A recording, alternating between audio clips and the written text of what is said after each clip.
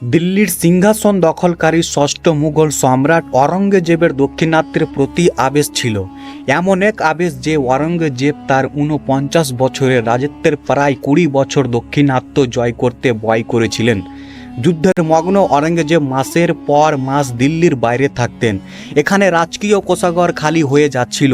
নেহালে একটা আতঙ্ক দেখা দেয় যখন তার অনুপস্থিতিতে সালতানাতের কিছু অংশ ডামাডোল পরিণত হয়। এটি ঘটতে শুরু করে। অনেক মানব সুবিধার রাজকীয় এবং যুদ্ধের খরচ মেটাতে রাজস্ব পাঠানো বন্ধ করে দিয়েছিলেন। অরঙ্গজেবের দৃষ্টি তখনকার সবচেয়ে সমৃদ্ধশালী প্রদেশ বাংলার দিক স্থির ছিল, যার মধ্যে বর্তমান উড়িষ্যা, ছত্তিশগড়, ঝাড়খণ্ড এবং বিহারও অন্তর্ভুক্ত ছিল। শুধু বাংলা কেন, অরঙ্গজেবের শাসনামলে বাংলাকে ভারতের স্বর্গ ঘোষণা করা হয়েছিল। তা থেকে অনুমান করা যায়, মুঘল ফরমান হোক বা সরকারি নথিপত্র, বাংলাকে ভারতের স্বর্গ বলে দেখা হয়েছিল। তখন বাংলার রাজধানী ছিল মুর্শিদাবাদ, যে শহরটিতে নবাবদের বাস ছিল।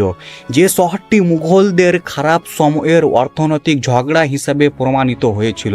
যে শহরটিকে ব্রিটিশরা লন্ডনের সাথে তুলনা করেছিল। যে শহরটি আজ আমরা জানব, সেই একই শহরের ইতিহাস যা সংস্থার আগুনে পুড়ছে। মুর্শিদাবাদ একসময় নবাবদের রাজধানী ছিল। ১৬৯৭ সালে অরঙ্গজেবের নাতি আজিম বাংলার সুবিদার ছিলেন।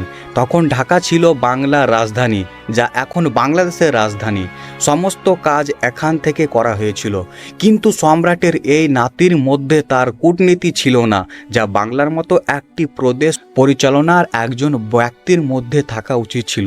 এমন পরিস্থিতিতে ১৭০০ সালে অরঙ্গজেবের মোহাম্মদ হাদিকে দিয়েন হিসাবে বাংলায় পাঠান।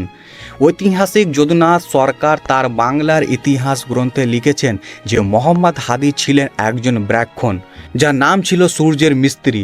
একজন মুসলিম ব্যক্তি তাকে গোদ দেন এবং পালাপোষা মুঘল দরবারে একজন পারস্য কর্মকর্তা তাকে রাজস্ব সংক্রান্ত বিষয়ে পরিসংখ্যান দেন। মোহাম্মদ হাদি বাংলার কর আদায়ের কাজে বিশেষজ্ঞ ছিলেন। তিনি আসার সাথে সাথে তিনি প্রমাণ করেছিলেন যে সেই সময়কাল প্রতি বছর মোট ১ কোটি টাকা রাজস্ব দিল্লিতে যাচ্ছিল। সে সময় এটি ছিল একটি বিশাল অঙ্ক। এতে অরঙ্গজেব খুশি হন এবং ১৭০২ সালে মোহাম্মদ হাদিকে মুর্শিদ কুলি খান উপাধি দেন।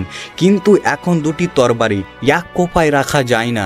সেদিক থেকে আজিম বাংলার গভর্নর ছিলেন, কিন্তু রাজস্ব ব্যবস্থার ক্ষেত্রে বিষয়গুলি শীতল হয়ে যাচ্ছিল। বিষয়টি এতটাই বেড়ে যায় যে আজিম এমনিকে মোহাম্মদ হাদির উপর হামলা চালায়। যে কোনো জ্ঞানী ব্যক্তির মতো মোহাম্মদ হাদি যুদ্ধের জন্য প্রস্তুত। এর পরিবর্তিতে মাকসুদাবাদে চলে যাওয়াকে উপযুক্ত মনে করে ঢাকা থেকে গঙ্গার তীরে মাকসুদাবাদে চলে যান। কানেক্টিভিটির দিক দিয়েও এই শহরটি ভালো প্রমাণিত হয়েছে।